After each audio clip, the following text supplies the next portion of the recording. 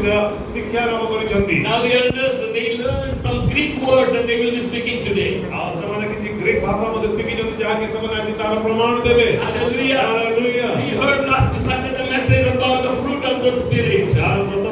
ଥର ଆମେ ଆତ୍ମାଙ୍କ ଦାନ ବିଷୟରେ ଶୁଣିଥିଲୁ, ଫଳ ବିଷୟରେ ଶୁଣିଥିଲୁ। Okay, my question to everyone, how many fruit are there? ଆଉ କେତେଟା ଫଳ ଅଛି?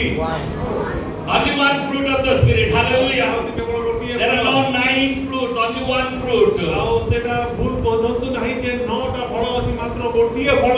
In one fruit there are 9 aspects of that fruit. ଆଉ ତାହା ଏପରି ଭାବରେ ଯେ ଫଳ ତ ଗୋଟିଏ କିନ୍ତୁ ତାର ଉପାଦାନ 9ଟା ଅଛି। Anyone can recite all the 9 aspects of the fruit of the Spirit. କେହି ଜଣେ ଆଉ ଥରେ କହିପାରିବ କି ସେଇ 9ଟା ଫଳର ନାଁ ଗୁଡାକ? Come on. କୁହନ୍ତୁ। Love, joy, peace, ଶାନ୍ତି, then long suffering, forbearance, okay. Then ଧୈର୍ଯ୍ୟ, kindness, ଆଉ ଦୟା, goodness, ଆଉ ଉତ୍ତମତା, faithfulness, ବିଶ୍ୱସ୍ତତା, gentleness, ଆଉ ମୃଦୁତା, self-control. ଆଉ ଆତ୍ମସନ୍ତୋଷ। And later on, our church members, they will speak in Greek all these words. ଏବଂ ଏହାକୁ ଗ୍ରୀକ ଭାଷାରେ ତର୍ଜମା କରିବେ। କହିବେ, ଆପଣ କହିବେ, ମୁଁ ପଚାରିବି ସେତେବେଳେ ଆପଣମାନେ କହିବେ। Now we are learning about fruit of the Spirit. ଏବେ ଆମେ ସେଇ ଫଳ ବିଷୟରେ ଶୁଣିବା ବା ସେ ଆତ୍ମାଙ୍କ ଫଳ ବିଷୟରେ ଆମେ ଶୁଣିବାକୁ ଯିବା। Last Sunday I explained all this fruit of the Spirit. ଆଉ ଗତ ରବିବାର ଆମେ ବହୁତ ସୁନ୍ଦର ଭାବରେ ଏଠାରେ ସେ ଆତ୍ମାଙ୍କ ଫଳ ବିଷୟରେ ଶୁଣିଅଛୁ। I want someone read out verse 22 and 23 of Galatians chapter 5. ଗାଲାତୀୟର 5 ଅଧ୍ୟାୟର 22 ଆଉ 23 ପଦକୁ କେହି ଜଣେ ପୁଣି ପଢି ଦିଅନ୍ତୁ। English and Odia. ଇଂରାଜୀ ଆଉ ଓଡ଼ିଆରେ। Please raise your feet and you read. ଆଉ ଆପଣ ପଢିଲା ବେଳକୁ ଠିଆ ହେଇକି ପଢିବେ। ଠିଆ ହେଇକି ପଢି ଯାଆନ୍ତୁ, ଜଣେ ଠିଆ ହୁଅନ୍ତୁ, ଜଲ୍ଦି ଠିଆ ହୁଅନ୍ତୁ। ଜଲ୍ଦି ଠିଆ ହେଇକି ପଢନ୍ତୁ। ଗାଲାତୀୟ 5ର 22 23। ଆରମ୍ଭ ଭାଷା ଦେଖ। ଆରମ୍ଭ ହେଇଯାଇଛି ଜାଣିଲ। ଆନନ୍ଦ, ଶାନ୍ତି, ଦୀର୍ଘସହିଷ୍ଣୁତା, ପରୋପକାରିତା, ଭଦ୍ରତା, ବିଶ୍ୱସ୍ତତା, ମୃଦୁତା ଓ ଆତ୍ମସଂଯମ, ଏହି ସମସ୍ତ ବିରୁଦ୍ଧରେ କୌଣସି ବ୍ୟବସ୍ଥା ନାହିଁ। Thank you. In English. But the fruit of the Spirit is love, joy, peace, patience, kindness, goodness, faithfulness, gentleness, self-control. Against such things there is no law. Hallelujah. Hallelujah. Last Sunday we learned what are these 9 things. ଆଉ ଗତ ରବିବାର ଆମେ ଏଇ 9ଟା ଉପାଦାନ ସମ୍ବନ୍ଧରେ ଶୁଣିଅଛୁ। Okay, now answer me, what are these 9 things? ଏବେ ଉତ୍ତର ଦିଅନ୍ତୁ ଏଇ 9ଟା ଉପାଦାନ କଣ? What these 9 are talking about? ଆମେ ମାନେ ଏଇ 9ଟା କହିଲେ କଣ ବୁଝୁଛୁ? Yes, ଆତ୍ମାଙ୍କ ଫଳ କଣ ଏ ସବୁ? କଣ ଏ? What they are representing, what they are showing, what they are teaching. ଏହା ଆମକୁ କଣ ଦର୍ଶଉଛି? ଗୁଣ କାହାର ଗୁଣ? This is the attributes of God. ଏହା ଈଶ୍ୱରଙ୍କ ଗୋଟେ ଗୋଟେ ଗୁଣ। God, how He is, who He is. ପ୍ରଭୁ କିଏ? And He is reflecting Himself through us. ଏବଂ ସେ ତାଙ୍କର ନିଜସ୍ୱ ସେ ଆମ ଆଡ଼କୁ ପ୍ରତିଫଳନ କରୁଛନ୍ତି। His love, joy, peace, love, long suffering, goodness, gentleness, all these He is, and these all characters of God are reflected through our lives. ଏହି ଯୋଉ ଆମେ ସବୁ ପଢିଦେଲୁ ପ୍ରେମ, ଆନନ୍ଦ, ଶାନ୍ତି, ଦୀର୍ଘ ସହିଷ୍ଣୁତା, ପରୋପକାରିତା, ଭଦ୍ରତା, ବିଶ୍ୱସ୍ତତା, ମୃଦୁତା ଓ ଆତ୍ମସଂଯମ, ଏହା ପରମେଶ୍ୱର ଆମ ପ୍ରତି ଚାହୁଁଛନ୍ତି।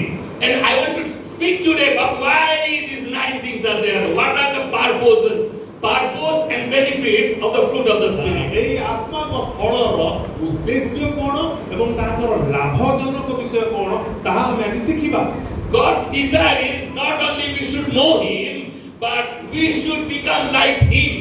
ଆମର ପରମେଶ୍ୱରଙ୍କ ଯୋଜନା ବା ଉଦ୍ଦେଶ୍ୟ ଏହା ନୁହେଁ ଯେ ଆମେ ଖାଲି ସେ ବିଷୟକୁ ଶିଖିଯିବା, ମାତ୍ର ଆମ ଜୀବନରେ ସେ ବିଷୟ ସବୁ ଏପରି ଭାବରେ ପ୍ରସ୍ଫୁଟିତ ହେବ ଆମେ ତାହାକୁ ତୁଲ୍ୟ ହେଇଯିବା। So we will be like Jesus. ତ ଆମର ସ୍ୱଭାବ ଯୀଶୁଙ୍କ ସ୍ୱଭାବ ଭଳିଆ ହେବା ଅଛି। The fruit of the Spirit, it shows the character of God in and through us. ଆଉ ଏଇ ଆତ୍ମାଙ୍କ ଫଳ ଗୁଡ଼ିକ ଆମ ଅନ୍ତରରେ ଯୀଶୁଙ୍କ ଦ୍ୱାରା ସ୍ଥାପନ କରାଯାଉଛି।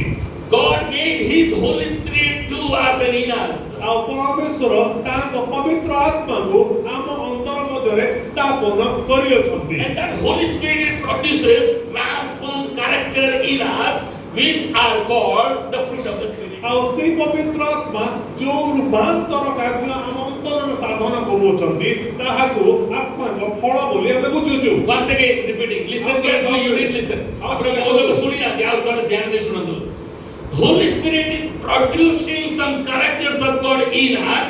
Those characters are called the fruit of the Spirit. ଆଉ ପବିତ୍ର ଆତ୍ମା ଆପଣ ସମସ୍ତଙ୍କର ଆମମାନଙ୍କ ଅନ୍ତରରେ ଏଇ ଫଳ ଗୁଡ଼ିକର ଚରିତ୍ର ବା ଏଇ ଯୋଉ କାର୍ଯ୍ୟ ଗୁଡାକ ଆମ ଅନ୍ତର ମଧ୍ୟରେ ସ୍ଥାପନ କରୁଛନ୍ତି। So I will give you 4 purposes why God gave this fruit of the Spirit to us. ତ ଆପଣଙ୍କୁ ମୁଁ 4ଟା କାରଣ କହିବି ଯେ କାହିଁକି ପରମେଶ୍ୱର ଏଇ ଦାନ ଗୁଡ଼ିକ ବା ଏଇ ଉପାଦାନ ଗୁଡ଼ିକ ଆମ ଅନ୍ତର ମଧ୍ୟରେ ରଖୁଛନ୍ତି। Then I will talk about the 9 things, the benefits from these 9 things, 9 characters. ଏବଂ ଏହାର ରଖିବାର କଣ ଉପକାରିତା ଆମକୁ ମିଳୁଛି।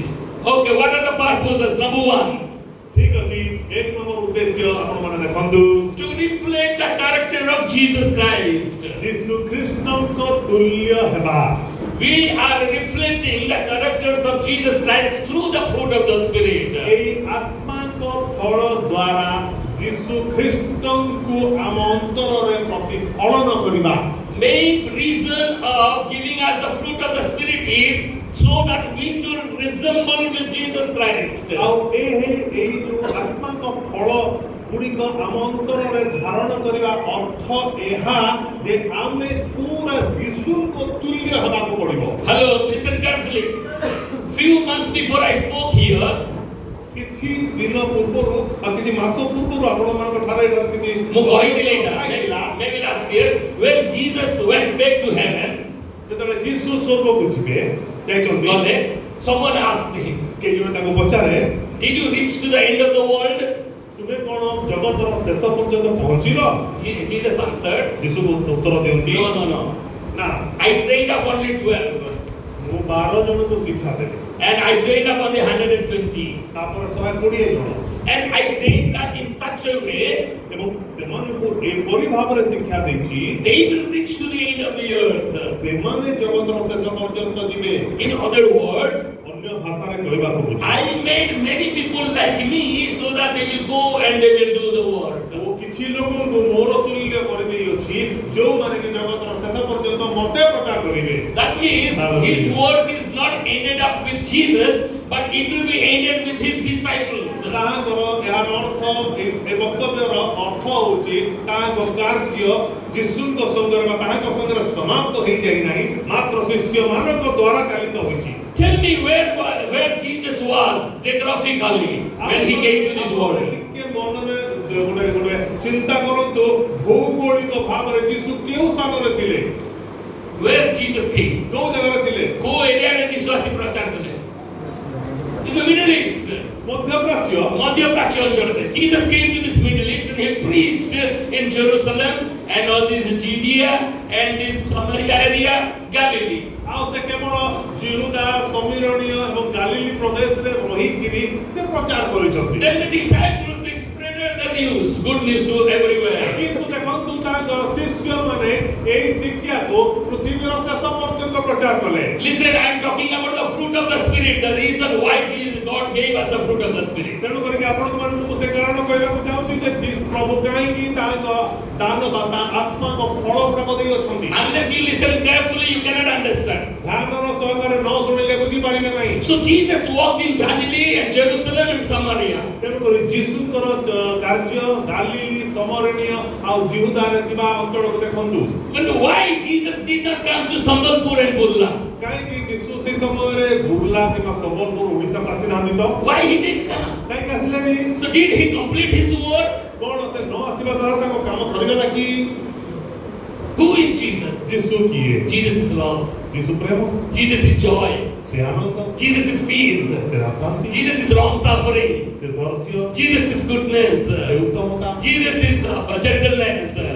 ମୃଦୁତା, And Jesus is faithfulness. ସୁସ୍ଥ, Jesus is self-control.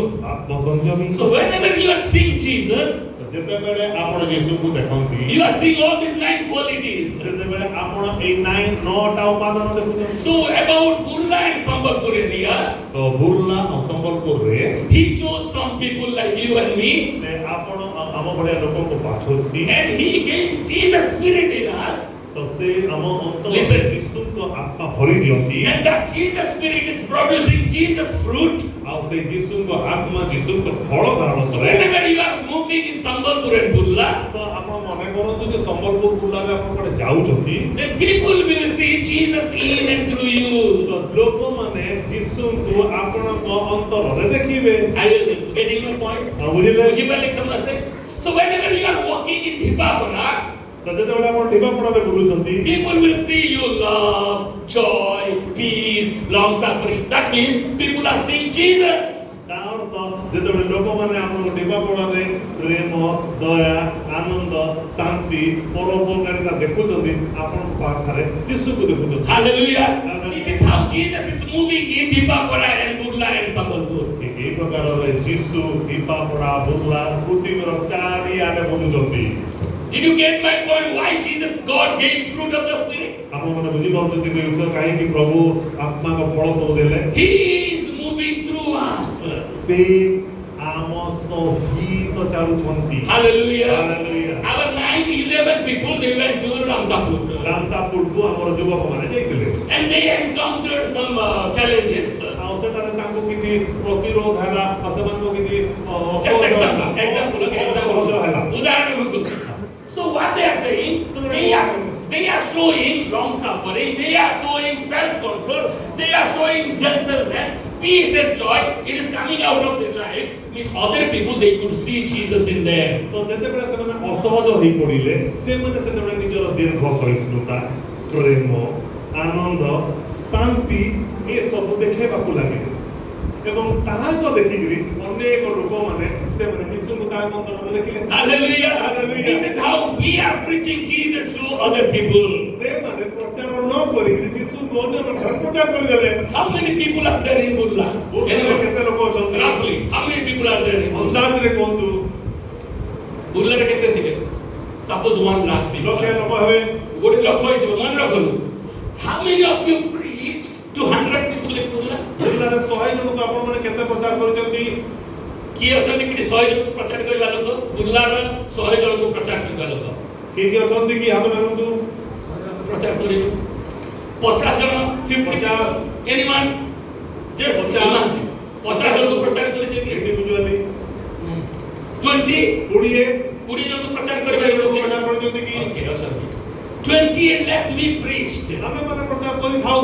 No, 20 unless we preached. ଆମେ 20 ରୁ କମକୁ ପ୍ରଚାର But କରିପାରୁ। how many people are there? କିନ୍ତୁ ବୁର୍ଲାରେ କେତେ ଅଛନ୍ତି?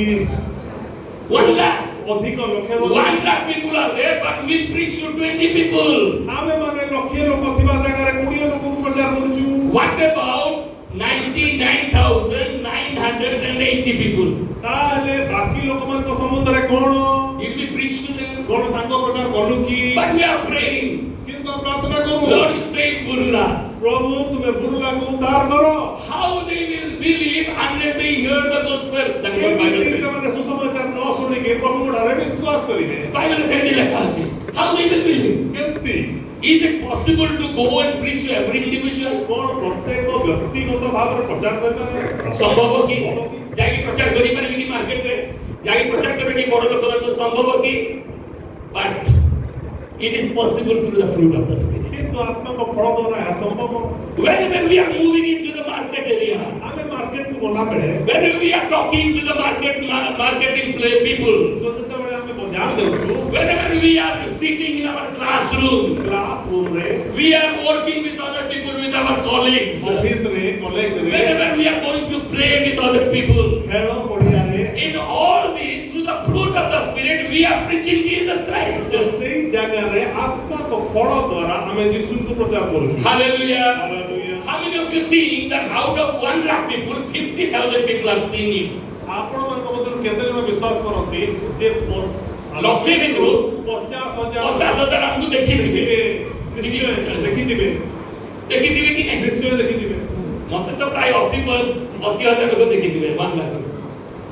ଖାଲି ଯଦି ସେ କୋଣ ଆଡେ କିଏ ଜାଣି ଦେଖିନଥିବେ କିନ୍ତୁ ପ୍ରାୟ ଯାଇଛି ମୁଁ ସକାଳେ 50,000 ଲୋକ ପାଖରେ ଯଦି ମୁଁ ପହଞ୍ଚି ଯାଇଛି I have preached to them through the fruit of the spirit. Hallelujah. Hallelujah. Hallelujah. ବୁଝିପାରିଲେ ସମସ୍ତେ? Hallelujah. That is how other people are. They want to see from us in us. ଆଉ ସେଇ ଭଳିଆ ଭାବରେ ଅନ୍ୟ ଲୋକମାନେ ଆମକୁ ଦେଖିକିରି ପ୍ରଚାରିତ ହେଉଛନ୍ତି। What I want to say here, ଏଠି ମୁଁ ଆପଣଙ୍କୁ କଣ କହିବାକୁ ଚାହେଁ? through the fruit of the spirit we are preaching Jesus to other people. ଆତ୍ମାଙ୍କ ଫଳ ଦ୍ୱାରା ଆମେ ଯୀଶୁଙ୍କୁ ଅନ୍ୟମାନଙ୍କ ଠାରେ ପ୍ରଚାର କରୁଛୁ। କଣ ଗୋଟେ ଯଦି ଘଟିଗଲା ବାହାରେ ଆମ ଚର୍ଚ୍ଚ ଲୋକ ଜଣେ ଆସିକି ମତେ କହିବେ ପାଷ୍ଟର ଏମିତି ହେଇଗଲା ପୁରା କଣ କଣ ଆମ ଚର୍ଚ୍ଚ ବଦନାମ ହେଇଯିବ ଏମିତି ଅସୁବିଧା ହେଇଯିବ କେ ଜଣେ ଆସିକି ଆମକୁ ଏମିତି କହନ୍ତି କି ନାହିଁ କାହିଁକି ଆମ ଚର୍ଚ୍ଚ ବଦନାମ ହଉଛି ଆମ ଚର୍ଚ୍ଚର ବିଶ୍ୱାସୀ କିନ୍ତୁ ଆମ ଲୋକ ଠାରେ ଯଦି ଶାନ୍ତି ଆନନ୍ଦ ପ୍ରେମ ବିକଶନ ସବୁ ପ୍ରକାଶିତ ହବ ତେବେ ଚର୍ଚ୍ଚର ନାମ ପ୍ରକାଶ ହେବ ଚର୍ଚ୍ଚର ନାମ ଖ୍ରୀଷ୍ଟ ପ୍ରଚାରିତ ହେବ। Hallelujah. That is why God gave the fruit of the spirit to every believer. ଏଇଥିପାଇଁ ତ ପ୍ରଭୁ ଆତ୍ମାଙ୍କ ଫଳ ସବୁ ବିଶ୍ୱାସୀକୁ ପ୍ରଦାନ କରନ୍ତି। ଜଣଙ୍କ ଠାରେ ଯଦି ଦେଖିଦେଲେ fruit of the spirit ପ୍ରେମ ଆନନ୍ଦ ଶାନ୍ତି ଦୀର୍ଘ ସହିଷ୍ଣୁତା ସମସ୍ତେ ତାকে ସାଙ୍ଗ ହେବା ପାଇଁ ଇଚ୍ଛା କରେ କାରଣ ଜଗତରେ ସେଟା ମିଳିବ ନାହିଁ। In the world you cannot find all this. So that is how we are getting opportunity to preach Jesus through our lives. ଜଗତରେ ଏ ସମସ୍ତ ଫଳ ବିଷୟ ମିଳିବ ନାହିଁ ସେଇଥିପାଇଁ ଆମକୁ ଗୋଟେ ସୁଯୋଗ ମିଳିଛି ଅନ୍ୟଠାରେ ଆତ୍ମାଙ୍କ ଫଳ ବା ଯୀଶୁକୁ ପ୍ରଚାରିତ କରିବା ପାଇଁ। Buddha people, they all of them they may not read Bible, but they will read our lives whether we are living in ଲୋକମାନେ ବାଇବଲ ହୁଏତ ପଢି ନ ପାରନ୍ତି କିନ୍ତୁ ସେମାନେ ଆପଣମାନଙ୍କ ଜୀବନୀକୁ ନିଶ୍ଚୟ ପଢୁଥିବେ। That is how we are preaching Jesus. ସେଇଥିପାଇଁ ସେହିପରି ଭାବରେ ଆପଣମାନେ ଯୀଶୁଙ୍କ ପ୍ରଚାର କରୁଛନ୍ତି। This is how we are showing the characters of God. এই ପ୍ରକାର ଭାବରେ ଆମେ ଈଶ୍ୱରଙ୍କ ଗୁଣ ଗୁଡ଼ିକୁ ତା ଉପସ୍ଥାପନା କରୁଛୁ। Okay, I am running out of time, so I will go very fast. ଜଲ୍ଦି ଜଲ୍ଦି ଯିବା।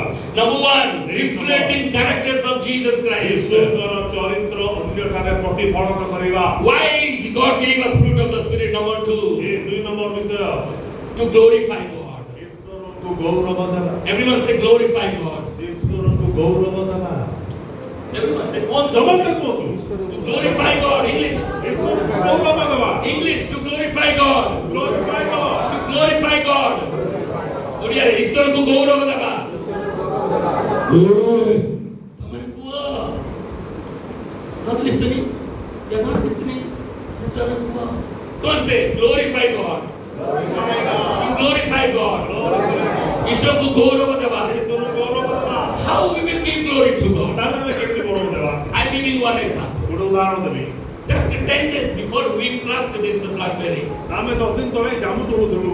How many of you were there? କେତେ ଜଣ ଜାଣିଛନ୍ତି? Blackberry. ଜାମୁ କୋଳି। Did you enjoy blackberry? କଣ ଆପଣ ଖୁସି ହେଲା କି? ଭଲ ଲାଗିଲା? Okay.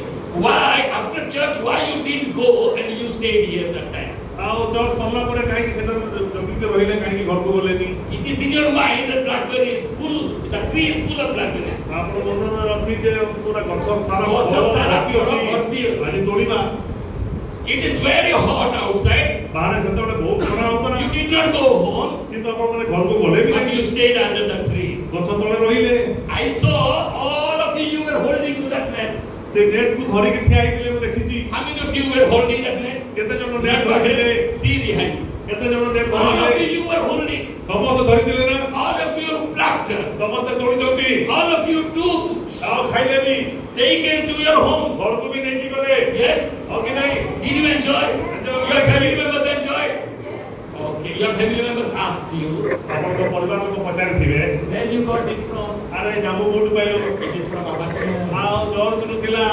Your church does your church distribute blackberry? କଣ ଚର୍ଚ୍ଚ ଏଇ ଯୋଉ ଫଳ ଗୁଡାକ ବାଣ୍ଟୁଛି କି? No, there is one tree ନା there. ନା ସେଠି ଗୋଟେ ଗଛ ଅଛି। That is full of blackberries. ଆଉ ସେଥିରେ ଫୁଲ ଭର୍ତ୍ତି ଥିଲା। We plucked and we killed. ଆମେ ତୋଳିଲୁ ଝଡେଇକିରି ଆଣିଲୁ। You are preaching about the church tree. ଆପଣ ମାନେ ସେଇଟାରେ ମଣ୍ଡଳୀର ଯୋଉ ଗଛ ତାହାକୁ ପ୍ରଚାର କଲେ। ପ୍ରଚାର କରୁଛନ୍ତି. Other people they come to know about the church in the tree. ଆଉ ଅନେକ ଲୋକମାନେ ଯୋଉମାନେ ଶୁଣିବେ ସେମାନେ ଆସିବେ ଦେଖିକି ଦେଖିବା ପାଇଁ। This is how you are preaching and you are spreading the good news that there is a blackberry, and so that next year many people will come and wait. ଆପଣ ମାନେ ଯେହେତୁ ଏ ବର୍ଷ ପ୍ରଚାର କରିଛନ୍ତି ସେ ଜାମୁ ଗଛ ବିଷୟରେ ହୁଏତ ଆପଣଙ୍କ ମତ ବେଶୀ ଲୋକ ଆସିବେ। ଆସିକି ଯୋଉ ବାହାରେ ସେଇଠି। Hallelujah. This is what happens when we are praying, bearing the fruit of the Spirit. ଏହା ହିଁ ହେଇଥାଏ ଯେତେବେଳେ ଆମେ ଆତ୍ମାଙ୍କ ଫଳ ବିଷୟରେ କହିଥାଉ। More fruit, ବେଶୀ ଫଳ Father is glorified. ପିତା ମହିମାନ୍ୱିତ ହେବେ। Bible says in John 15, Bible ଜୋହର 15ରେ କହେ if you will bear more fruit, Father will be glorified. ଯଦି ତୁମେ ଅଧିକ ଫଳ ଫଳିବ ତାହେଲେ ପିତା ମହିମାନ୍ୱିତ ହେବେ। Hallelujah. Hallelujah. Who is getting glorified? କିଏ ମହିମାନ୍ୱିତ ହେବେ? Pita ମହିମାନିତ ହେବେ. Who is Pita? Who is the Father? ତୋ ବାପା କିଏ? He is the gardener. He A is the gardener. ମାଳି ଉଦ୍ୟାନର ମାଳି ସେ କଣ? Gardener ମାନେ ଉଦ୍ୟାନର ମାଳି ରକ୍ଷକ। ହାଲେଲୁୟା କୃଷକ। ହାଲେଲୁୟା। That is କୃଷକ. He is glorified. କୃଷକ ସେ is glorified. ହେଉଛନ୍ତି ସେଇ କୃଷକ ଉଦ୍ୟାନର ସେ ରକ୍ଷକ କୃଷକ। Who is the tree? ସେ ଗଛ କିଏ? ଗଛ କିଏ? Jesus is the tree. ଯୀଶୁ Jesus is ହିଁ the ଗଛ। true vine. ସେ କହିଲେ ମୁଁ ହଉଛି ଉତ୍ତମ ପ୍ରକୃତ ଦ୍ରାକ୍ଷାଲତା। Hallelujah. Hallelujah. So when we are bearing much fruit, ତ ଆମେ ଯେତେବେଳେ ଅଧିକ ଫଳ ଫଳିବା Father is glorified. ପିତା ମହିମାନ୍ୱିତ ହେବେ। Jesus is glorified. ଯୀଶୁ ମହିମାନ୍ୱିତ ହେବେ। So through the fruit of the Spirit, we are glorifying God. ତେଣୁ କରିକିରି ଏଇ ଆତ୍ମାଙ୍କ ଫଳ ଦ୍ୱାରା ଯୀଶୁଙ୍କୁ ଆମେ ମହିମାନ୍ୱିତ କରୁ। Number one, ଏକ number reflecting the characters of Jesus Christ. ଆଉ ଯୀଶୁଙ୍କର ଚରିତ୍ରକୁ ଯେତେବେଳେ ଆପଣ ପ୍ରତିଫଳନ କରନ୍ତି Number two, ଦ୍ୱିତୀୟ you are glorifying God through the fruit of the ଏଇ Spirit. ଆତ୍ମାଙ୍କ ଫଳ ଦ୍ୱାରା ଆପଣ ପିତାଙ୍କୁ ମହିମାନ୍ୱିତ କରନ୍ତି। Number three, ତିନି number you are impacting other people. ଆପଣ ଅନ୍ୟ ଲୋକ ଉପରେ ପ୍ରଭାବ ପକାନ୍ତି। How many of you have taken to your house a blackberry and you shared with your family members? ଆପଣମାନଙ୍କ ମଧ୍ୟରୁ ଯେତେ ଜଣ ବି କୋଳି ନେଲେ ସେମାନେ ନିଜ ପରିବାର ବର୍ଗଙ୍କ ସାଙ୍ଗରେ ବାଣ୍ଟିଛନ୍ତି ତ? କିଏ କିଏ ଜଣେ ନେଇଛନ୍ତି ଆଉ ଅନ୍ୟକୁ ଦେଇଛନ୍ତି ପରିବାର ଅନ୍ୟକୁ ଦେଇଛନ୍ତି କିଏ ଅଛନ୍ତି ସେ ଜାଣୁ କୋଠି you gave to other people ଅନ୍ୟମାନଙ୍କୁ ଦେଲେ ପରିବାର ଅନ୍ୟକୁ କି ପଡ଼ୋଶୀ ଯାହାକୁ ବି ଅନ୍ୟମାନଙ୍କୁ ଦେଲେ ନା ନିଜେ ଖାଇଲେ ଅନ୍ୟମାନଙ୍କୁ ଦିଆ ହେଲା other are blessed other people are blessed ଅନ୍ୟମାନେ ଆଶୀର୍ବାଦ ପାଇଲେ that is what the fruit of the Spirit through that we are becoming a channel of blessing for other people. ଏ ପ୍ରକାର ଭାବରେ ଆମେ ଅନ୍ୟର ଆଶୀର୍ବାଦର କାରଣ ହୋଇଥାଉ। Why we are praising Oram family today? ଆଜି କାହିଁକି ଆମେ ଓରାମ ବାବୁଙ୍କୁ ପ୍ରଶଂସା କରୁ? They become the channel of blessing for other people. ତ ସେମାନେ ତାଙ୍କର କାର୍ଯ୍ୟ ଦ୍ୱାରା ଅନ୍ୟର ଆଶୀର୍ବାଦର କାରଣ ହେଲେ Other people are blessed. ଏବଂ ତାଙ୍କ ଦ୍ୱାରା ଅନ୍ୟ ଏକ ପିଲାମାନେ Other people are growing. ଅନ୍ୟ ଲୋକମାନେ ଅନ୍ୟ ପୁଅ ଝିଅମାନେ ସେମାନେ ବୃଦ୍ଧି ପାଆନ୍ତୁ। They are demonstrating the characters of Jesus Christ through their lives. ସେମାନେ କଣ କଲେ ତାଙ୍କ ଜୀବନ ଦ୍ୱାରା ଯୀଶୁ ଖ୍ରୀଷ୍ଟଙ୍କ ଲକ୍ଷଣକୁ ସେ ପ୍ରକାଶ କରୁଛନ୍ତି। So you have patience, you have kindness, and you have peace. That is how you are sharing Jesus with other people. ଆପଣଙ୍କର ଦୟା, ଆପଣଙ୍କର ଦୀର୍ଘ ସହିଷ୍ଣୁତା, ଆପଣଙ୍କ ପ୍ରେମ ଏସବୁ ଯୀଶୁଙ୍କ ପ୍ରତିଫଳନ। Okay, that is number three. ତା ତିନି ନମ୍ବର Number four. ଚାର What is the why purpose of the fruit of the Spirit? Number four is it shows that you are spiritually maturing. ଆପଣ ଏସବୁ ଦେଖେଇବା ଦ୍ୱାରା ଜଣା ପକାଉଛନ୍ତି ଯେ ଆତ୍ମିକ ଭାବରେ ଆପଣ ପରିପକ୍ୱ। How many of you are here? Around 100 people sitting here. 100 ଲୋକ ହୁଏତ ଏଠି ବସିଛନ୍ତି। Hello? Listen here. How many are here? How many are here? କେତେ ଜଣ ଅଛନ୍ତି? 100 people. 100 Out of 100 people, how many people are showing love to other people? 100 ଲୋକ ମଧ୍ୟରୁ କେତେ ଜଣ ଅନ୍ୟ ପ୍ରତି ପ୍ରେମ ଦର୍ଶାଉଛନ୍ତି? How many of you are sharing joy with other people? ଅନ୍ୟଠାରେ ନିଜର ଆନନ୍ଦ ସେୟାର କରୁଛନ୍ତି। How many of you are living in peace with other people? ଅନ୍ୟ ସାଙ୍ଗରେ ଶାନ୍ତିରେ ବାସ କରୁଛନ୍ତି। How many of you are showing kindness to other people? ଅନ୍ୟ ପ୍ରତି ଦୟା ପରବଶ ହେଉଛନ୍ତି। This is what the fruit of the Spirit you are sharing with other people. ଆପଣ ଏ ପ୍ରକାର ଭାବରେ ଅନ୍ୟଠାରେ ଆତ୍ମାଙ୍କ ଫଳ ବାଣ୍ଟୁଛନ୍ତି। That shows that you are maturing in the spiritual life. ଏବଂ ତାହା ଦର୍ଶାଉଛି ଯେ ଆପଣ ଆତ୍ମିକ ଭାବରେ ପରିପକ୍ୱ। Hallelujah. Hallelujah. 11 students they went and they took training. 11ଟା ଛାତ୍ର ସେମାନେ ଗଲେ ଶିକ୍ଷା ଦାନ ପାଇବା They ପାଇଁ। learned ସେମାନେ ଶିଖିଲେ and they practiced. ଆଉ ତାକୁ ପ୍ରୟୋଗରେ ଆଣିଲେ। They did something for in this 8-9 days. ଏ 9 ଦିନ ସେମାନେ କଷ୍ଟ କଲେ। After coming here, ଯେତେବେଳେ ଆସୁଛନ୍ତି look at here all the children. When they come here, if they are producing the same fruit here, that means they are maturing in what they have learned. ଆଉ ସେମାନେ ଏଠି ଯଦି ଆସି ତାଙ୍କର ଫଳ ଦର୍ଶାଉଛନ୍ତି ତାହେଲେ ସେମାନେ ପରିପକ୍ୱ ହେଲେ। Otherwise, they are simply learning something. ନ ଯଦି ଦେଖେଇଥାନ୍ତେ ତାହେଲେ ସେମାନେ କେବଳ ଶିକ୍ଷା ପାଇଥାନ୍ତେ। ଓଡ଼ିଆରେ ଗୋଟେ କଥା ଅଛି ନା ବିଦ୍ୟା ଯେତିକି ବାଣ୍ଟିବ ସେତିକି ବୁଦ୍ଧି ପାଇବ କଥାରେ ଅଛି ଯେତିକି ବାଣ୍ଟିବ ସେତିକି ବୃଦ୍ଧି ପାଇବ। ଆମଙ୍କର ଆତ୍ମିକ ଫଳ ଯେତିକି ଆମେ ବାଣ୍ଟିବା ସେୟାର କରିବା ଆମେ ସେତିକି ଆତ୍ମିକରେ ମେଚୁର ହେବା। ଆଉ ଯିଏ ବାଣ୍ଟୁଛି ସେ ହିଁ ବଢୁଛି, ଯିଏ ବଢୁ ନାହିଁ ସେ କେବେ ବାଣ୍ଟି ପାରିବ ନାହିଁ, କାରଣ ତାଠାରେ ନାହିଁ। ଆଉ ଯାହାଠାରେ ନାହିଁ ଯାହା ବି ଅଛି ତାହା ବି ନିଆଯିବ ବୋଲି ବାଇବଲରେ ଲେଖାଯାଇଛି। You want to grow? ଆପଣ ବୁଝିବାକୁ ଚାହୁଁଛନ୍ତି ତାହେଲେ ବାଣ୍ଟନ୍ତୁ। You want to grow? You have to share. ଆପଣ ବୁଝିବାକୁ ଚାହୁଁଛନ୍ତି ବାଣ୍ଟନ୍ତୁ। You are showing the fruit of the spirit. You are growing into maturity. ଆପଣ ଯଦି ଆପଣଙ୍କର ଫଳ ଦେଖାଉଛନ୍ତି ତାହେଲେ ଆପଣ ପରିପକ୍ୱତାରେ ବଢିବେ। Tell me what are the purposes of this gift of the spirit, fruit of the spirit? ତାହେଲେ ଆତ୍ମାଙ୍କ ଫଳର ଚାରିଟା କାରଣ ସବୁ Not benefit, purposes. ଉଦ୍ଦେଶ୍ୟ Uddesha kuhuntu, number one, ଏକ we are showing the characters of God. Number two, ଦୁଇ glorifying God. Number three, impact other people. ଦୁନିଆର ପ୍ରଭାବ ପକାଇବା। Number four, we are maturing in our spiritual life. ଆଉ ପରିପକ୍ୱ ହେବା। Now I spoke about the purposes. ଏବେ ଉଦ୍ଦେଶ୍ୟ କହିବି। Now I will tell about the benefits of this night. ଏବେ ଆମେ ଶୁଣିବା ତାର ଲାଭ। Now I will be going very fast. Just you want to write, just you write down. Okay. ଦେଖିବାକୁ ଜଲ୍ଦି ଲେଖନ୍ତୁ। What are the nine? ନଅଟା Number one. English. Number one. Love. Oriale. Prema. Greek. Agape. Very good. You have to speak these three languages. Okay, one by one. Okay, what is love? Love କଣ? What are the benefits? ତାର ଲାଭ କଣ? It builds a strong relationship. ଏହା ଗୋଟେ ଦୃଢ ସମ୍ପର୍କକୁ ଜନ୍ମ ଦିଏ। If you love someone, you are building your relationship stronger and stronger. ଆପଣ ପ୍ରେମ ଯଦି କରୁଛନ୍ତି ତାହେଲେ ସମ୍ପର୍କ ଦୃଢୀଭୂତ ହେବ।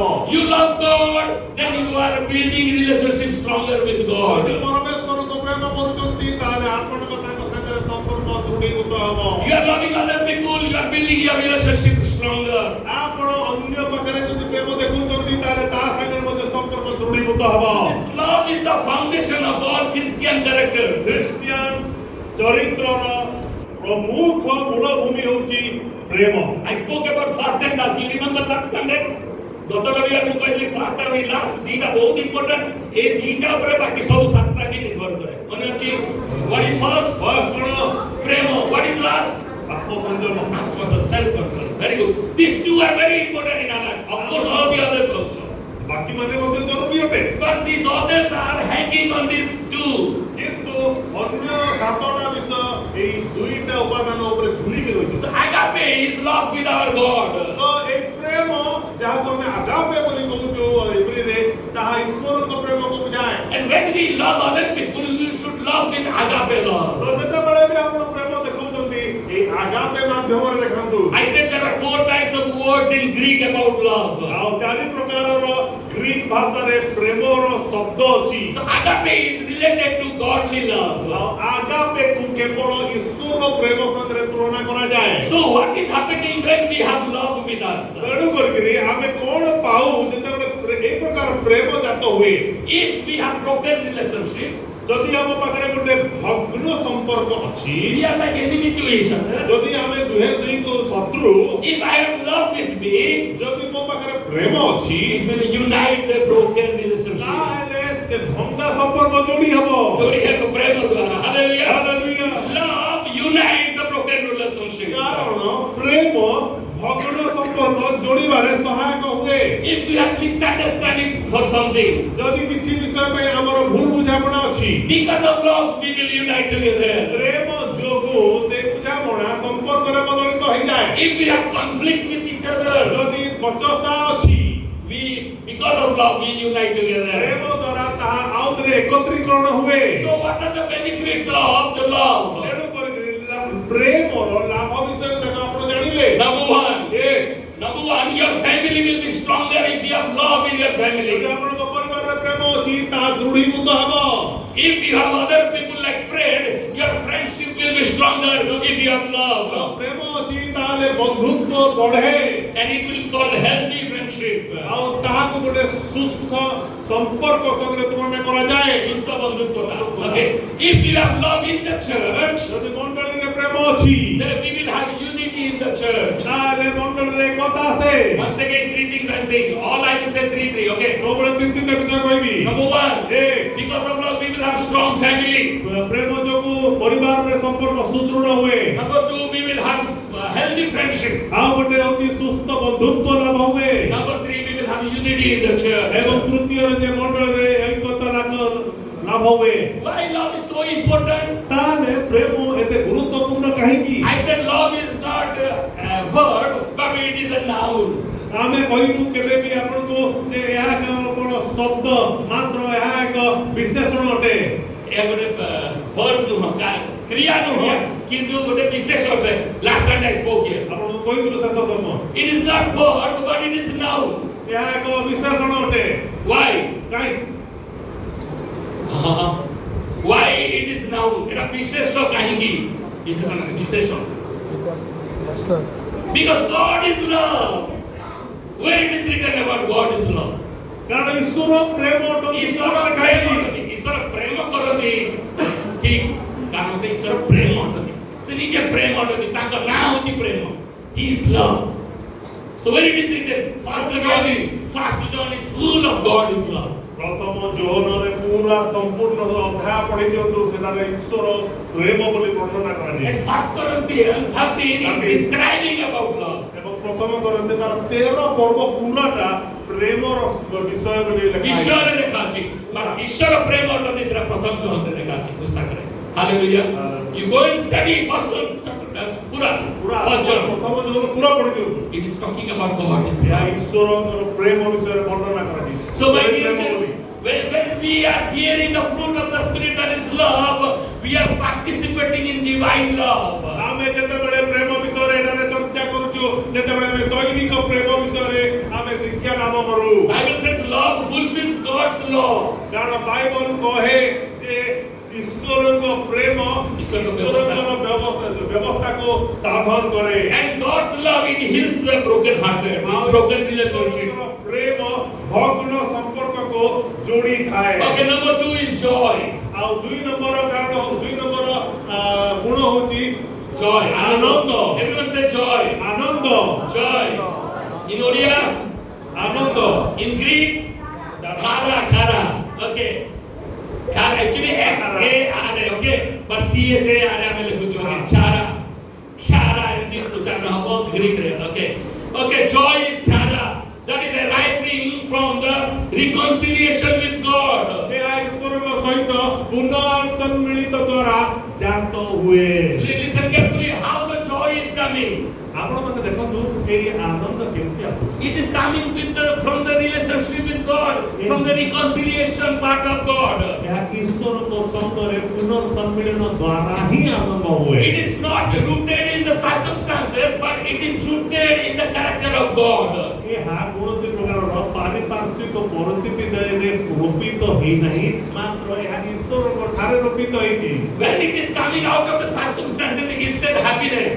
ଯେତେବେଳେ ଯଦି ଏହା ଆପଣଙ୍କ ପାରିପାର୍ଶ୍ୱିକରୁ ଆସନ୍ତା ତାହେଲେ ଆପଣଙ୍କୁ ଖୁସି କୁହାଯାଏ। But it is not khushi, it is joy, ananda. Hallelujah. ଏହା ଆନନ୍ଦ ଅଟେ, ଖୁସି ନୁହେଁ। Bible says the joy of the Lord is my say hallelujah. Bible କଣ ଲେଖା ଅଛି ଈଶ୍ୱର ଠାରେ ଆନନ୍ଦ ମୋହର ସାମର୍ଥ୍ୟ ଅଟେ। hallelujah. କୋଉଠି ଲେଖା ଅଛି? Nehemiah. Okay, like this book. The joy of the Lord is our strength.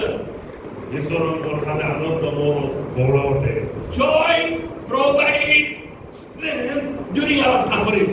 ଆମର କଷ୍ଟ ସମୟରେ ଏ ଆନନ୍ଦ ଆମକୁ ଆଣି ଦେଇଥାଏ। Listen. Paul and Silas in the jail. Paul ଶିଲାକୁ ଜେଲରେ ହେଲା। Hello?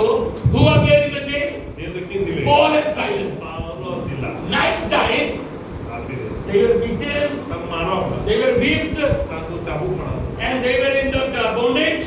ତାଙ୍କୁ ବନ୍ଧନରେ ରଖାଅ। But what they are doing? କଣ କରନ୍ତି ସେମାନେ? In the midnight, what they were doing? ରାତିରେ କଣ କରନ୍ତି? 16 events.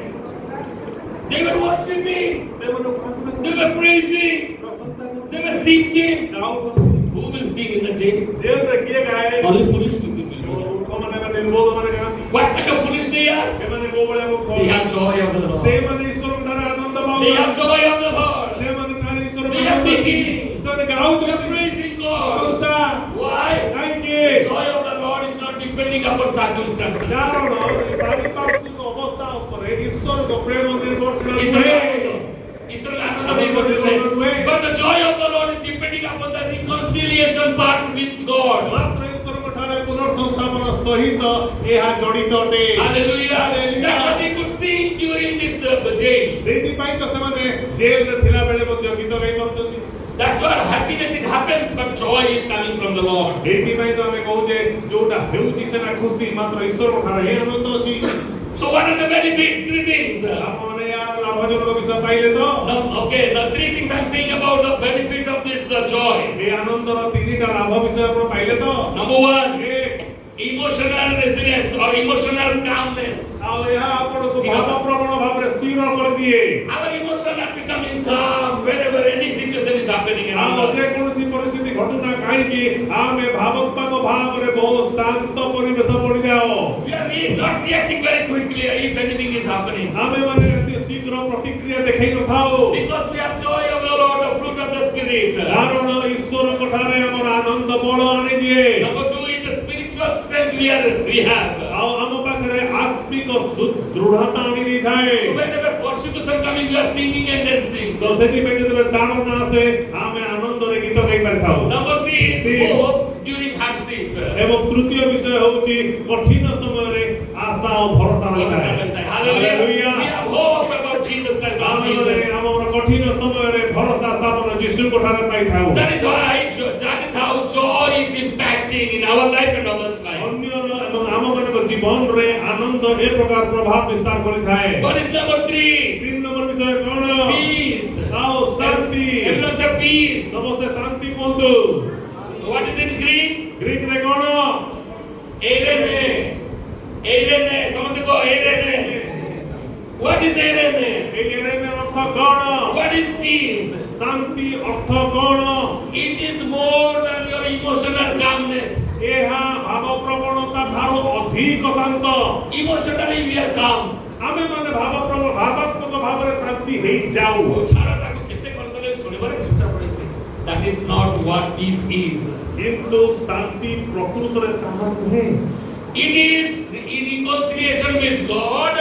ଏହା ଈଶ୍ୱରଙ୍କ ସହିତ ପୁନଃ ସମ୍ପର୍କ ସ୍ଥାପନ କରେ। Harmony with other people. ଅନ୍ୟମାନଙ୍କ ଠାରେ ଗୋଟେ ସମାନତା ରକ୍ଷା କରେ। ସମନ୍ୱୟତା. Okay. And inner wholeness in our lives. ଏବଂ ଆମ ଅନ୍ତରରେ ଗୋଟେ ସମ୍ପୂର୍ଣ୍ଣତା ଭରିଦିଏ। Hallelujah. Once again, what is with God? କଣ ହୁଏ? ଈଶ୍ୱରଙ୍କ ସାଙ୍ଗରେ reconciliation. ପୁନଃ ସଂସ୍ଥାପନ ଈଶ୍ୱରଙ୍କ ସାଙ୍ଗରେ। What is with other people? ଅନ୍ୟମାନଙ୍କ ସାଙ୍ଗରେ କଣ? Other people. ସମନ୍ୱୟତା। Harmony, ସମନ୍ୱୟତା. Harmony means ସମନ୍ୱୟତା. ସମାନ ଭାବେ ମିଶିକି ରହିବା. What is happening inside us? Wholeness is coming. ନିଜ ଅନ୍ତରରେ ପୂର୍ଣ୍ଣତା। What are the benefits? ଆଉ ତା ଲାଭ କଣ? Peace is guarding our heart and mind. ଏଇ ଶାନ୍ତି ଆମର ମନ ଆଉ ଆମର ହୃଦୟକୁ ପହରା ଦେଇଥାଏ। Hallelujah. Hallelujah. The peace is taking care of our heart and mind. ଆମର ହୃଦୟ ଆଉ ମନର ପେହରାଦାର ହେଇକି ରହେ ସେ। And it reduces anxiety. ଏବଂ ଆମ ମଧ୍ୟରେ ଥିବା ବିଚଳତା ବା ଆଶଙ୍କାକୁ ସେ କମ୍ କରିଦିଏ। And we have confidence in God's care.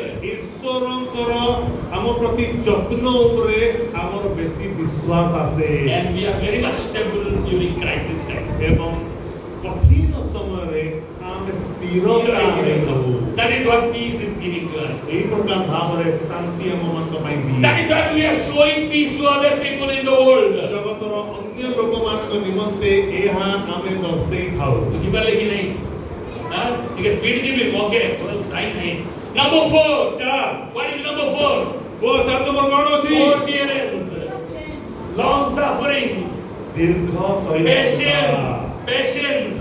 ଦୀର୍ଘ ସହିଷ୍ଣୁତା। What is in Greek? ଗ୍ରୀକରେ କଣ? Macrothumia. Very good. Macrothumia. ମ୍ୟାକ୍ରୋଥୋମିଆ। What is macrothumia? ତା ଅର୍ଥ କଣ? Long suffering. ଦୀର୍ଘ ସହିଷ୍ଣୁତା। Waiting and waiting and waiting and waiting.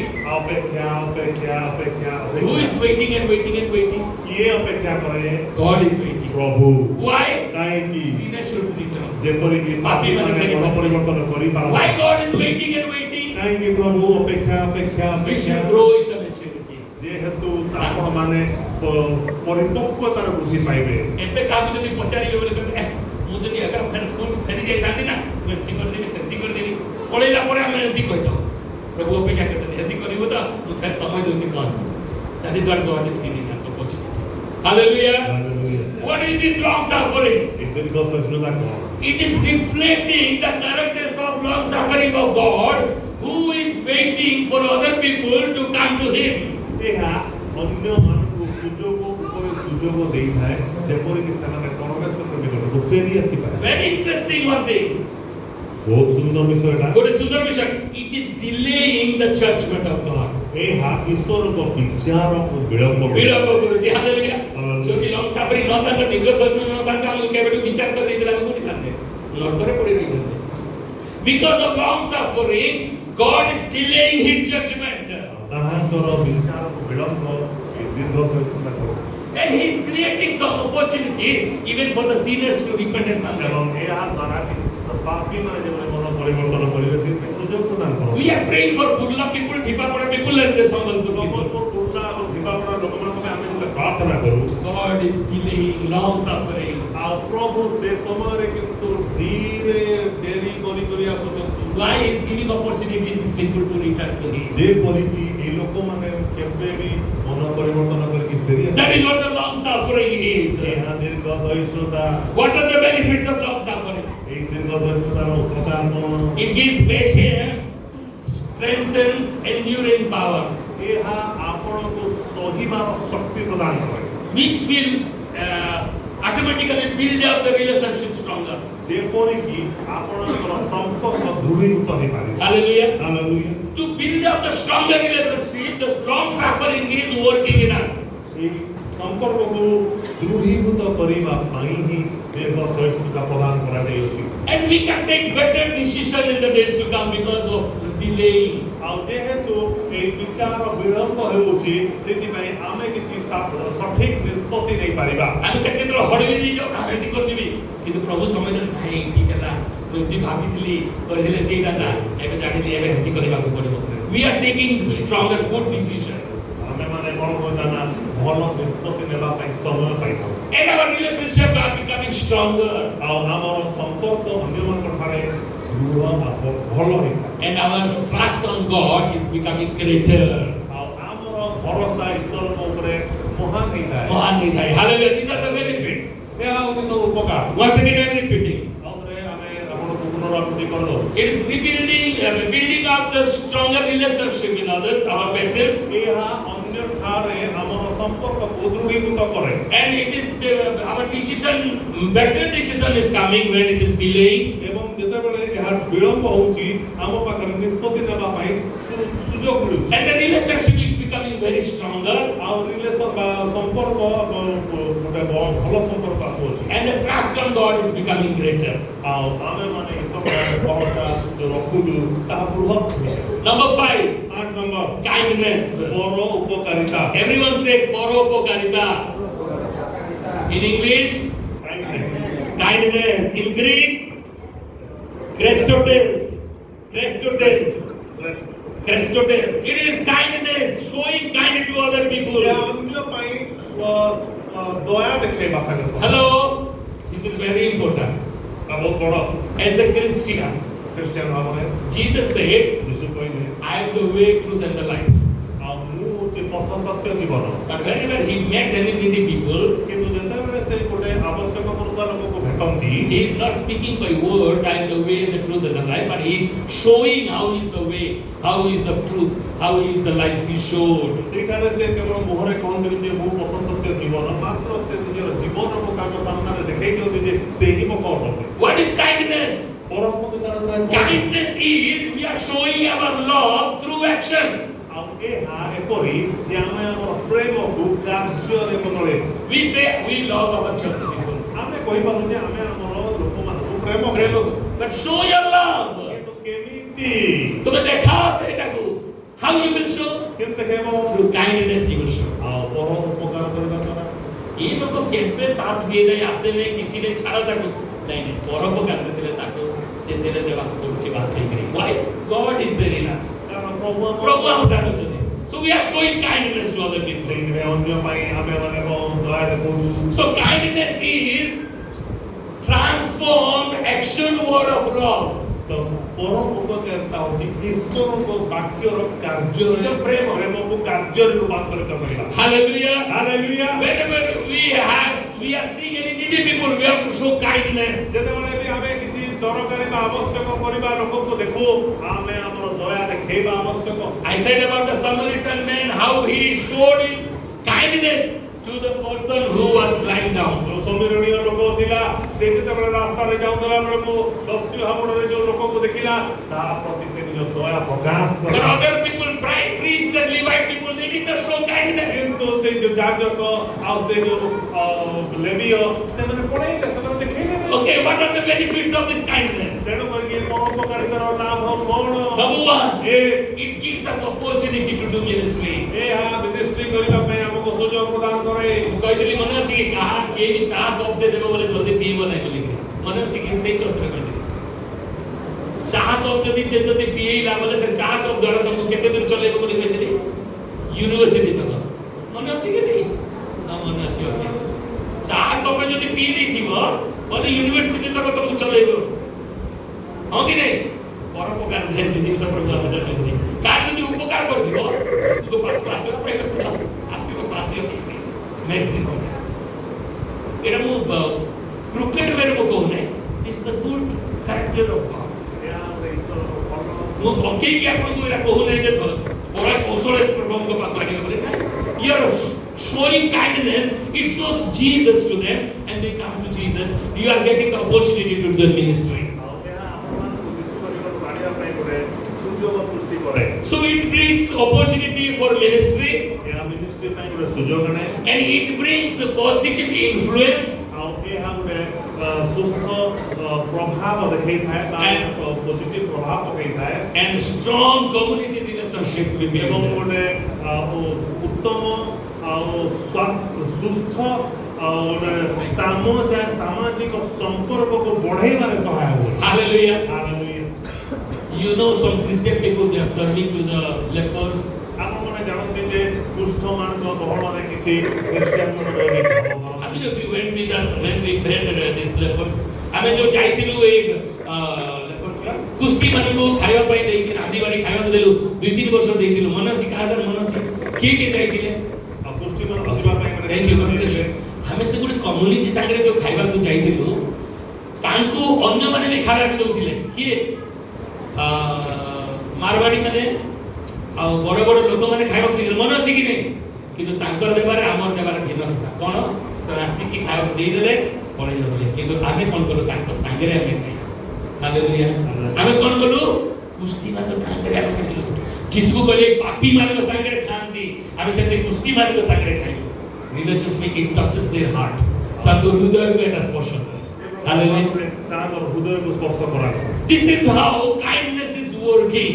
ଆଉ ଏ ପ୍ରକାର ଭାବରେ ପରୋପକାରିତା କାର୍ଯ୍ୟ ଜାଣିଥାଏ। The community they love us. They will look for us when the next Christmas will come. ଆଉ ସେ ପୁରା ଜାତି ଆମକୁ ସବୁବେଳେ ଦେଖୁଥିଲା ଖୋଜୁଥିଲା ଯେ ନେକ୍ସଟ କ୍ରିସମସ୍ କେବେ ଆଉ ଗୋଟେ ଖ୍ରୀଷ୍ଟିଆନ ଆସିଲେ ସେ ଲୋକମାନେ ଆଇଲେ କି ଆମ ପାଖକୁ ବୁଝିପାରୁଛନ୍ତି ସମସ୍ତେ? Hallelujah. Hallelujah. This is what kindness is working. ଆଉ ପରୋପକାରିତା ଏ ପ୍ରକାର ଭାବରେ ବଢେ। It gives opportunity for ministry. ଆଉ ଏହା ସେବା ପାଇଁ କାର୍ଯ୍ୟ ସୁଯୋଗ ମିଳିଥାଏ। Number 2, it is positive influence giving. ଆଉ ଏହା ସକାରାତ୍ମକ ପ୍ରଭାବ ଦେଇଥାଏ। And it gives a strong relationship with the community. ଆଉ ଗୋଟେ ସମାଜରେ ଗୋଟେ ବହୁତ ବଢିଆ ସମ୍ପର୍କ ସ୍ଥାପନ କରେ। Number 6 is goodness. ଆଉ ତାପରେ ଉତ୍ତମତା That is called bhadrata. Goodness. Bhadrata. ସମସ୍ତେ କହ ଭଦ୍ରତା। ଭଦ୍ରତା Goodness. ଭଦ୍ରତା ଆଉ ଗ୍ରୀକ ରେ ଆଗାଥୋସୁନେ। ଆଗାଥୋସୁନେ। What is this bhadrata? What is this goodness? ଆଉ ଏ ଭଦ୍ରତାକୁ କଣ କୁହାଯିବ? It is on our moral integrity through action. ଆଉ ଏହା ଆମର ନୈତିକତା ଯାହାକୁ ବି କାର୍ଯ୍ୟରେ ଦେଖଉଛି।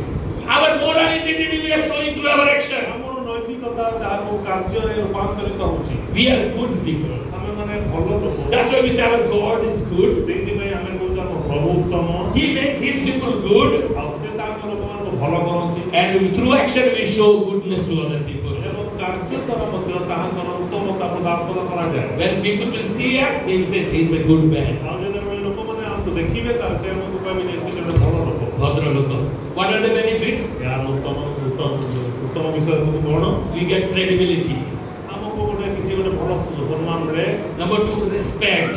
ଗୋଟେ ସମ୍ମାନ ମିଳେ, And next is effective witness. Effectively we can witness. ଆଉ ଗୋଟେ ସଚ୍ଚୋଟ ସାକ୍ଷୀ ହେବା ପାଇଁ ସାହାଯ୍ୟ କରେ। We can witness very nicely. ଆମେ ମାନେ ଭଲ ଭାବରେ ସୁନ୍ଦର ଭାବରେ ସାକ୍ଷ୍ୟ ହେଇଥାଉ। Once again, we get credibility. ଆମକୁ ଗୋଟେ ସମ୍ମାନ ମିଳିଥାଏ, Next is respect ଆଉ ତାପରେ ସମ୍ମାନ ମିଳିଥାଏ, ଆଉ ସେ ସମ୍ପର୍କ ସ୍ଥାପନ ଭଲ ହେଇଥାଏ, and effective witness. ଏବଂ ଗୋଟେ ସାକ୍ଷ୍ୟ ହେବା ପାଇଁ ଆମକୁ ସୁଯୋଗ ମିଳିଥାଏ। That is goodness. ଆଉ ଏହା ହେଉଛି ଭଦ୍ରତା। Next is faithfulness. ବିଶ୍ୱସ୍ତତା। What is faithfulness? ବିଶ୍ୱସ୍ତତା କଣ? In Greek, ଗ୍ରୀକରେ pistis. Faithfulness means pistis. This is God is remaining faithful even though we are failure to love Him or we are failure to come to Him. ଆମର ଅବିଶ୍ୱସ୍ତତା ସମୟରେ ମଧ୍ୟ ଆମ ପ୍ରତି ବିଶ୍ୱସ୍ତ ରହୁଛନ୍ତି, ଏହାର ଅର୍ଥ ସେଇଟା। God remains faithful despite man's failure. ଆଉ ଲୋକମାନଙ୍କର ବିଫଳତା ସତ୍ତ୍ୱେ ପରମେଶ୍ୱର ବିଫଳ ହଉନାହାନ୍ତି। What is faithful meaning? ତାହେଲେ ଏହାର ପ୍ରକୃତ ଅର୍ଥ କଣ? Faithful means reliability ଆଉ ଏହା ହେଉଛି ତାହାଙ୍କ ଉପରେ ଭରସା ସ୍ଥାପନ କରିବା, and consistency. ଆଉ ତାହାଙ୍କରେ ଲାଗି ରହିବା। This is what faithfulness is. ଏହା ହେଉଛି ବିଶ୍ୱସ୍ତତା। God will say us, good and faithful servant. ପ୍ରଭୁ ଯେତେବେଳେ ଆମକୁ ଦେଖିବେ, ଆମକୁ କହିବେ ଉତ୍ତମ ଆଉ ବିଶ୍ୱସ୍ତ ସେବକ। So what are our benefits? ତ ଆମର ଲାଭ କଣ? Trustworthy reputation. ଆମର ଗୋଟେ ଭରସା ଯୁକ୍ତ ଆମର ରେପୁଟେସନ ହବ। Hallelujah. Good reputation. Trustworthy reputation. Number two, stable leadership. ଆଉ ଗୋଟେ ସ୍ଥିର ନେତୃତ୍ୱ।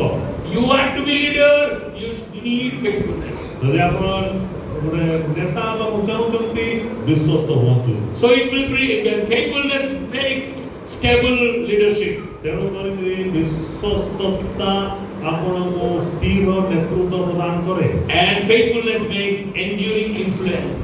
ଏବଂ ଆପଣଙ୍କୁ ଏକ ହଲୁଥିବା ପ୍ରଭାବ ଦେଖେଇବାର ସାହାଯ୍ୟ କରେ। Hallelujah. ପ୍ରଭାବ ଯୋଉଟା ପକେଇ ଚାଲୁଥିବେ, କଣ୍ଟିନ୍ୟୁ ପ୍ରଭାବ ପକଉଥିବେ ଯଦି ଆପଣ ବିଶ୍ୱସ୍ତ ଅଛନ୍ତି, ଅନ୍ୟମାନଙ୍କ ଜୀବନରେ ପ୍ରଭାବ ପକେଇ ପାରିବେ। That is what faithfulness is.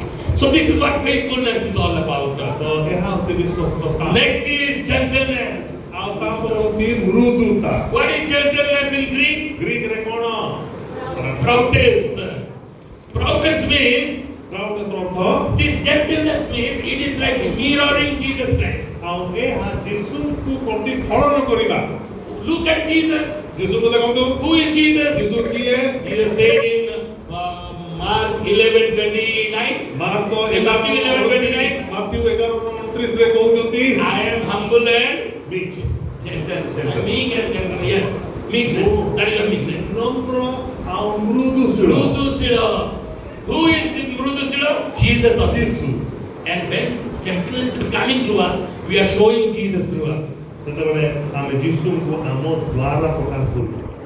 It is not a weakness, but it is a strength submitted to God. ଏହା ଗୋଟେ ଦୁର୍ବଳତା ନୁହେଁ, ମାତ୍ର ଈଶ୍ୱରଙ୍କ ଠାରେ ସମର୍ପଣର ଗୋଟେ କାର୍ଯ୍ୟ। Listen carefully, gentle. It is very difficult to understand this gentleness. এই ବିଷୟକୁ ବୁଝିବାଟା ବହୁତ କଷ୍ଟ। Gentleness means you are very powerful, but you are looking like very weak. ଆପଣମାନେ ତା ଅର୍ଥ ଭାବନ୍ତୁନି ଯେ ଦୁର୍ବଳ, ମାତ୍ର ଜଣେ ଶକ୍ତିଶାଳୀ। You are very strong. ଆପଣଙ୍କର ମାନେ ବହୁତ ସବଳ ଅଛନ୍ତି ଆପଣ. Okay, now one example. ଗୋଟେ ଉଦାହରଣ, Have you seen a mighty horse? Very powerful horse. ବଢୁଆ ଘୋଡ଼ା ଘୋଡ଼ାକୁ ଦେଖିଛନ୍ତି, ଭଲ ଘୋଡ଼ା ଅଟକେଇ ପାରିବେନି କିଛି ନାହିଁ। ଜାଣିଛନ୍ତି କି? କିନ୍ତୁ ସେ ଘୋଡ଼ାକୁ ଯଦି ଲଗାମ ଲାଗିଗଲା, ସେ କଣ୍ଟ୍ରୋଲରେ ରହିପାରିଲା, ଆପଣ ସର୍ବଜୟୀ ହେଇପାରିବେ। ସେ ଘୋଡ଼ା ସବୁ କରିପାରିବ, କିନ୍ତୁ କାରଣ ଆପଣଙ୍କ ହାତରେ ଅଛି ତାର କଣ୍ଟ୍ରୋଲ। ବୁଝିପାରିଲେ? ସେଇଟା କି gentleness. ସେଇଟା ହଉଛି You are more powerful, but you are under the control of God. ଆପଣମାନେ ବହୁତ ଶକ୍ତିଶାଳୀ, ଶକ୍ତିଯୁକ୍ତ, କିନ୍ତୁ ପ୍ରଭୁଙ୍କ ହାତରେ ଆପଣଙ୍କର ଚାବି କାଟିବା ଲଗାମ ଥିବ।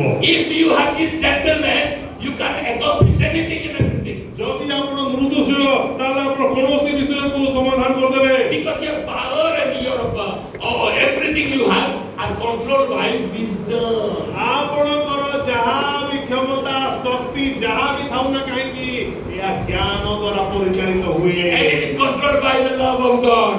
ଏବଂ ଏହା ଈଶ୍ୱରଙ୍କ ପ୍ରେମ ଦ୍ୱାରା କର୍ତ୍ତୃତ୍ୱାଧୀନ ଥାଏ That is what the great gentleness is. ଏହା ହେଉଛି ଏହି ମୃଦୁତାର କାର୍ଯ୍ୟ What are the three benefits? ଏବଂ ଏହାର ଲାଭ କ'ଣ Greater influence. ଏହା ଆପଣମାନଙ୍କୁ ଗୋଟେ ଅଧିକ ପ୍ରଭାବଶାଳୀ କରିବ Number two, ଦୁଇ it enables correction without distraction.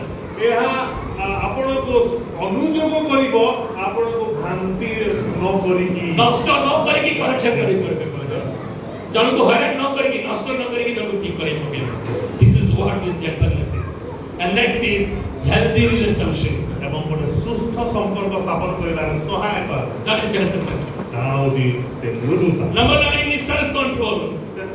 ଆତ୍ମ ସଂଯମ ଶେଷରେ What is that in Greek? ଗ୍ରୀକରେ କ'ଣ Self control.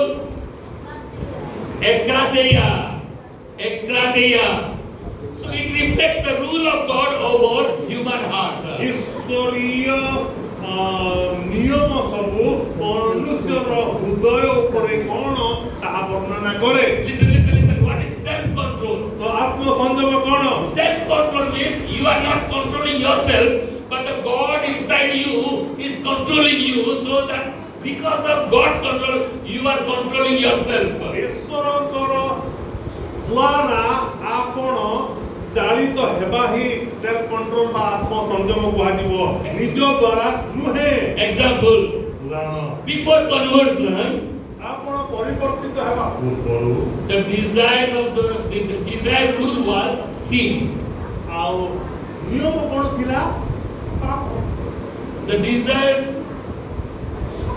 rule the sinner. The desire were ruling the sinner. ଆଉ ଏହା ଆମର ଅଭିଳାଷ ସବୁ ଏଇଟା ସବୁ ଆମ ଉପରେ ରାଜତ୍ୱ ପାପୀ ମାନଙ୍କ କରୁଥିଲା ପ୍ରୋଗ୍ରାମ ବିଫୋର କନଭର୍ସନ ପ୍ରଭୁକୁ ପାଇବା ପୂର୍ବରୁ କଣ ଆମକୁ ଗାଇଡ କରୁଥିଲା ରାଜତ୍ୱ କରୁଥିଲା ପାପ ଡିଜାୟାର ଅଭିଳାଷ ଅଭିଳାଷ।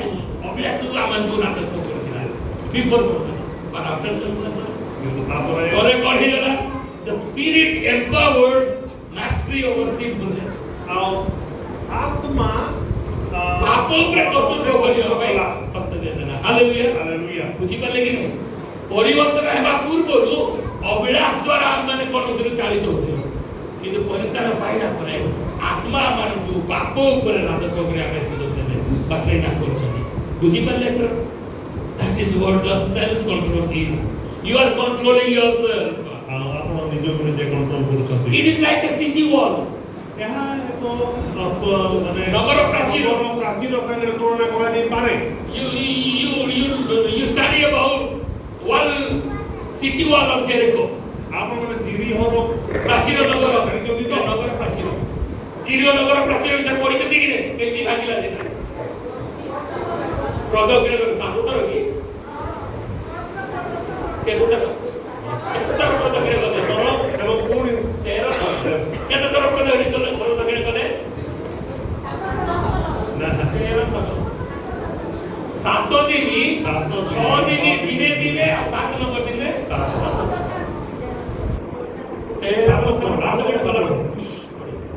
କାହିଁକି ସେଟା ପଡିଲା ଆତ୍ମା ଦ୍ୱାରା ତାପରେ ମନୁଷ୍ୟ ଦ୍ୱାରା ସେଟା ହେଇପାରୁଥିଲା ଏଇ ପ୍ରାଚୀର ଏତେ ଷ୍ଟ୍ରଙ୍ଗ ଯାହାକୁ ଭଙ୍ଗା ଯାଇପାରିବ ନାହିଁ ଆଉ ଭଙ୍ଗା ନ ଗଲେ ସେ ନଗର ସୁରକ୍ଷିତ ହେଇକି ରହିପାରିବ ସେଇଟା ହଉଛି ଆତ୍ମସଂଯମ ଆମ ଠାରୁ କାମ କରେ ଗୋଟେ ୱାଲ୍ ଟାଇପ୍ର ଶତ୍ରୁ ସହିତ କେତେ କଣ କଲେ ସେଟା ଭାଙ୍ଗିବ ନାହିଁ ଯଦି ପରମେଶ୍ୱର ଭାଙ୍ଗିଲେ ତେବେ ଯାଇକି ଭାଙ୍ଗିବ ପରମେଶ୍ୱର କାହିଁ ଭାଙ୍ଗିବେ ସେ ତ ବନେଇଛନ୍ତି hallelujah that is what self control is.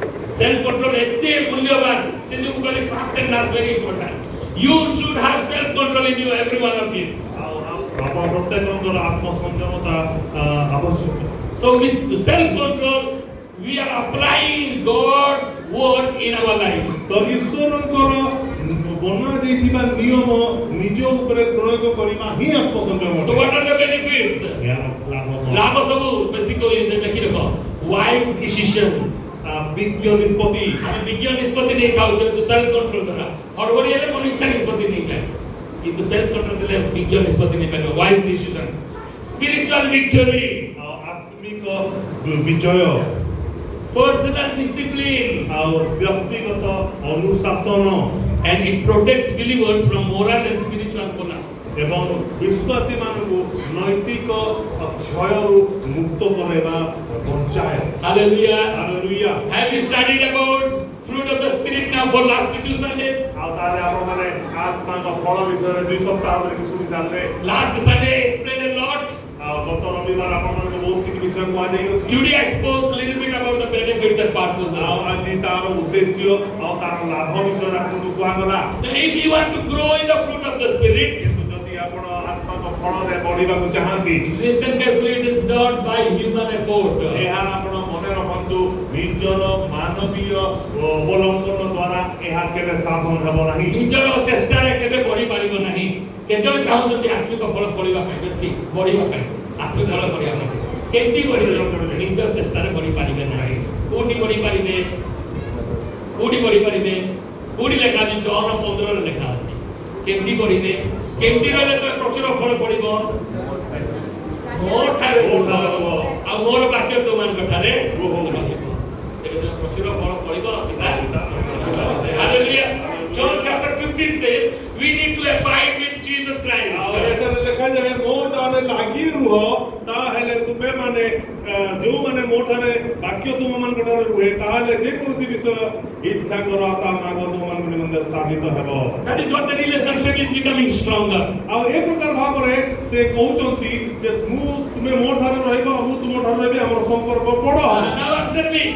What you should do to grow in the fruit of the Spirit. ତାହେଲେ କୁହନ୍ତୁ ଗୋଟେ କଥା ଯେ ଆତ୍ମାର ଫଳ ଫଳିବା ପାଇଁ ହେଲେ ଆପଣ କଣ କରିବାକୁ ପଡିବ?